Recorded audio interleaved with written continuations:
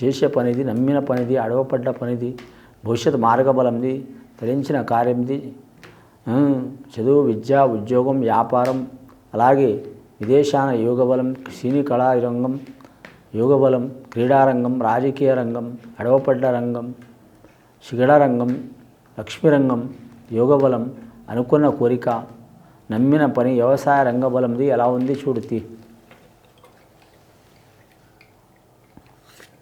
సింహరాశి వారి జాతకంలో చూడాలంటే దత్తాత్రేయ స్వామి వచ్చిండండి, అలాగే రాముడు, సీతమ్మ, ఆంజనేయ స్వామి వచ్చిండు, లక్ష్మణుడు వచ్చిండు. సింహరాశి వారి జాతకంలో చూడాలంటే ఆదాయం ఖర్చు సరి సమానం ఉన్నదండి. 11 ఆదాయం 11 ఖర్చు, సాయం చేసేది నలుగురు, ఇబ్బంది పెట్టేది నలుగురు. వారి జాతక బలానికి చూడాలంటే సింహరాశి వారి జాతకం మహాద్భుతంగా చాలా వరకు శుభకరం ఉన్నదండి. వారి పేరు మీద ఏ పని చేసినా కలిసి వచ్చే అవకాశం ఉన్నది. వారు మాత్రం మట్టి పట్టుకున్న బంగారం అయ్యే అవకాశం ఉంది. కానీ సింహరాశి వారి జాతకంలో ఏంటంటే గ్రహాలు అన్నీ బాగున్నాయి, కానీ మాత్రం ముఖ్యంగా అష్టమ శని ప్రభావం వారి మీద చాలా వరకు ఇబ్బంది ఉంది. కాబట్టి వాహన విషయంలో జాగ్రత్తగా ఉండాలి. ఆకస్మిక ప్రమాదాలు జరగటం, ఆకస్మిక చిక్కులు చికాకులు రావటం, అలాగే వాహనం నష్టం కావటం, అలాగే అగ్ని విషయంలో, నీటి విషయంలో, వాహన విషయంలో ఖచ్చితంగా వీరు జాగ్రత్తలు పాటించాలండి. అలాగే మాత్రం దీర్ఘకాలంగా ఆరోగ్యంలో ఇబ్బందులు ఉన్నవారు జాగ్రత్త తీసుకోవడం చాలా మంచిది. వారి పేరు మీద ముఖ్యంగా అన్నదమ్ములతో సహకారం ఉంటుంది.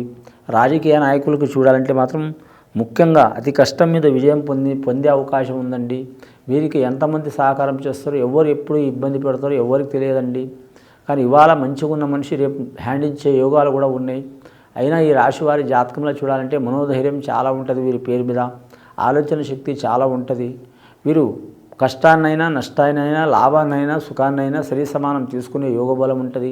పుబ్బా నక్షత్రం జాతకులకు మాత్రం ఖచ్చితంగా వారు ఎవరిని పూజ చేసినా చేయకపోయినా లక్ష్మీనరసింహస్వామి, అలాగే సీతారామచంద్రుల్ని పూజ చేయడం చాలా వరకు మంచిది.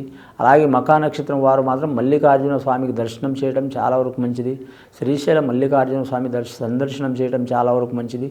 పాతాళ గంగలో మునిగి, అలాగే సాక్షి గణపతికి పూజ చేసి, అలాగే కామరతి దేవతకు పూజ చేసి, అలాగే మరి జాతక బలంలో చూడాలంటే శ్రీశైలంలో చాలా వరకు మందిరాలు ఉన్నాయండి, శివాలయాలు ఉన్నాయి, అమ్మవార్ల చాలా వరకు మాత్రం కనీసం ఒక 100లాది గుడులు ఉన్నాయి, చిన్న చిన్న ఉపాలయాలు.